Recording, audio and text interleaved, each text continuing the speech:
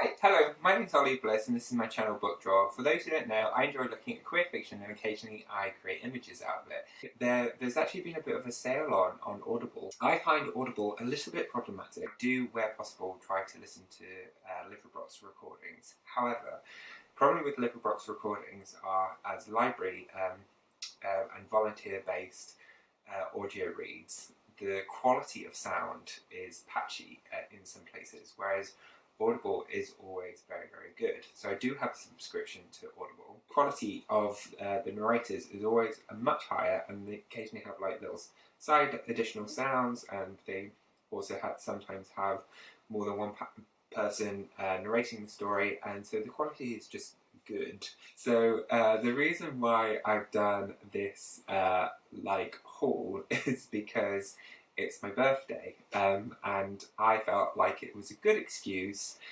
to allow myself to make multiple purchases on Audible because they have a ridiculous sale on, which is actually more like a good, reasonable sale, but because Audible is quite expensive, like for one book which you'd normally pay between £5 and £10, on Audible can be between £20 and £30, which seems crazy. I've been fine just using my one credit a month and being quite happy with that purchase. Whereas this, like books, have now been between £1 to £3. So this is in no particular order. I'm just literally doing this from what I have in from when I made the selections. The price thing was a major influence for all my purchases, and incrementally they kind of stacked up together, and I was like, oh. But then when it's your birthday, you can kind of forgive yourself for these things. The first book is SPQR, A Brief History of Rome, which is by Mary Beard. One of those books which I've seen in all sorts of bookshops, and I was like, I actually don't know that much about Rome. And I was like, I'm up for learning a bit about Rome. I used to really enjoy learning about Greeks and Romans as a kid, and I've just not actually given myself time to actually, as an adult, learn more about that part of history. So I just thought, yeah, why not? The next one is 48 Laws of Power by Robert Greene. Reading The Power recently during February, it's really opened my eyes to constructs of power and what power actually means. So I'm actually interested now in unpacking that in more of an academic sense, and I thought this would be a good place to start. I also got Animal Farm by George Orwell. I loved Animal Farm as a kid. As a kid, I had a video cassette tape of the cartoon. But when I watched Animal Farm, I felt like I was really learning as a kid what it meant to have equal power with other people and how to treat people fairly.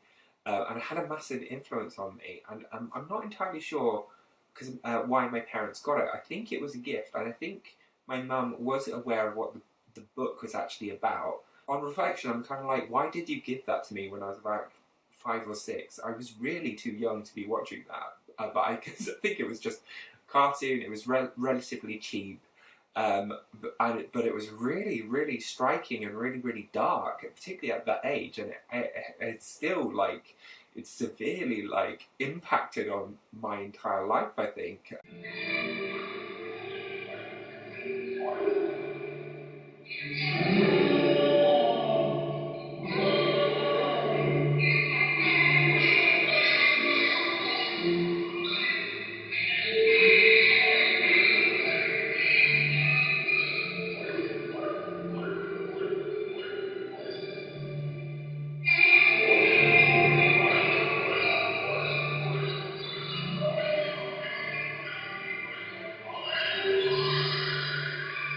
But I did watch it over and over again until the cassette tape destroyed itself, basically. But I do like George Orwell's style. I have read 1984 in the past, but which is another book which I also got on here as well. It's been years since I've actually read that book, and I thought actually listening to it would be just a good way to refresh it in my mind as well. And I also wanted to do it as part of Catalyst Reads Readathon, because I fear there will be a time when that will work quite well for me to use it as a rereadathon. Next one is Bone Clocks by David Mitchell. I really loved Cloud Atlas. People have said to me, you will really enjoy that. So I'm like, okay, I will take your recommendation. This one I got is A Brave New World by Aldous Huxley, and this is another classic kind of read which I've been very aware of, but also have not got around to reading, and I figure this will be a way in which I will eventually get it done. I also got Genghis Khan and The Making of the Modern World by Jack Weatherford. So I don't know anything about Genghis Khan. It's like one of those political leaders which you kind of hear about and feel like you should probably know a bit more about. And I was like, well, here's an opportunity. Here's an opportunity, Ola, to learn a bit more about someone you know nothing about. And likewise, I also chose Hitler, a biography by Ian Kershaw. I don't know heaps about the Second World War, but I know what generally happened during World War II, but I don't actually know about Hitler himself. I'm very interested to learn about who he was as a person, how he grew up, his demise, everything. These were two books which I would never actively go out and purchase. It's just because it's something that I can listen to. And I can consume in that way, that I'm going to give it a go. The next one is Hyperion by Dan Simmons. I was totally sold by the cover art. I think it's a sci-fi fantasy, and I will let you know. I also got The Knife of Never Letting Go by Patrick Ness. This is a series, a trilogy, I believe. I'm very into Patrick Ness as a writer. I think his style is really cool, and I also like the wider themes that he draws into his books. I thought this was a great way to introduce me to it, and if I like it, I'll end up getting the next two as well. I also got A Little History by Nigel Warburton. I'm interested in philosophy. My sister actually has a degree in philosophy. I do not recommend anyone ever tries to get into a conversation with her about philosophy. You will be there for days. But she has changed my thinking about different things. She has shaped the way in which I look at the world in different ways. So I'm interested in gaining more insights and different perspectives to help just challenge my thinking more and more. I think philosophy is very interesting and useful for critical analysis on different situations. So hopefully this will help me. I also got The Luminaries by Eleanor Catton.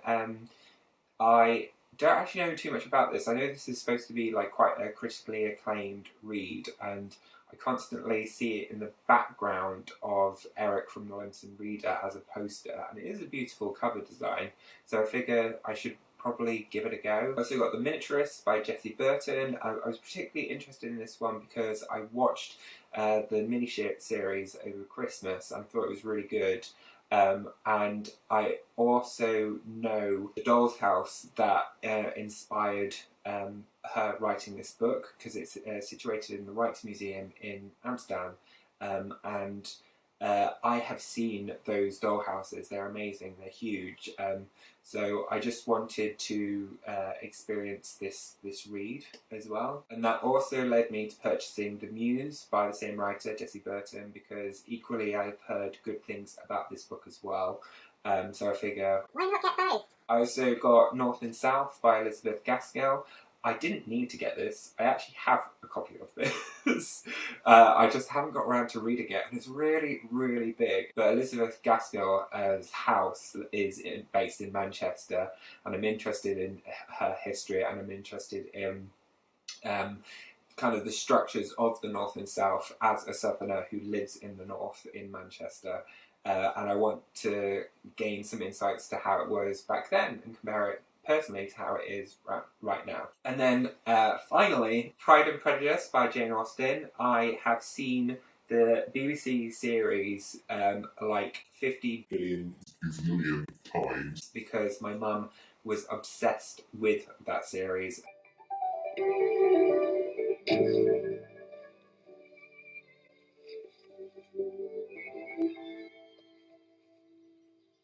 Miss Bennet. Mr. Darcy. I am come to inquire after my sister. On foot. As you see. But her and our next door neighbour, they were obsessed. They were obsessed with Mr. Darcy. They were obsessed with that period. And I feel like I know the story intimately, inside and out already, because of my mum telling me all about the book and the different scenes of the book and how it compared to the book.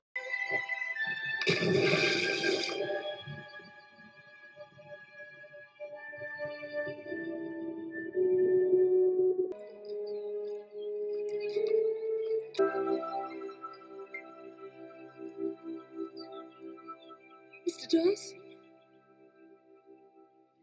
Miss Bennet? Oh, yes, of course. But I've never actually read the book. I hope this list has been interesting. If you think I should be prioritising anything in particular from this list, please let me know, and that may inform my thinking or my desire to preference them, because as you can see, it's quite an extensive list, and I know it's very, very greedy of me. But yeah, I've done it. I've gone for it. It's my birthday, so like, I'm allowed to. Anyway, this is enough from me. I hope you have enjoyed this list of different books which I've gone through Audible. If you are someone who is pro or anti-Audible, I'm interested in having that discussion as well. If you listen to LibriVox recordings, let me know if there's any really good quality recordings, because I would be more interested in reading those as well, especially as they are free. Anyway, please like and subscribe to my channel, and I will see you again soon. Okay, bye!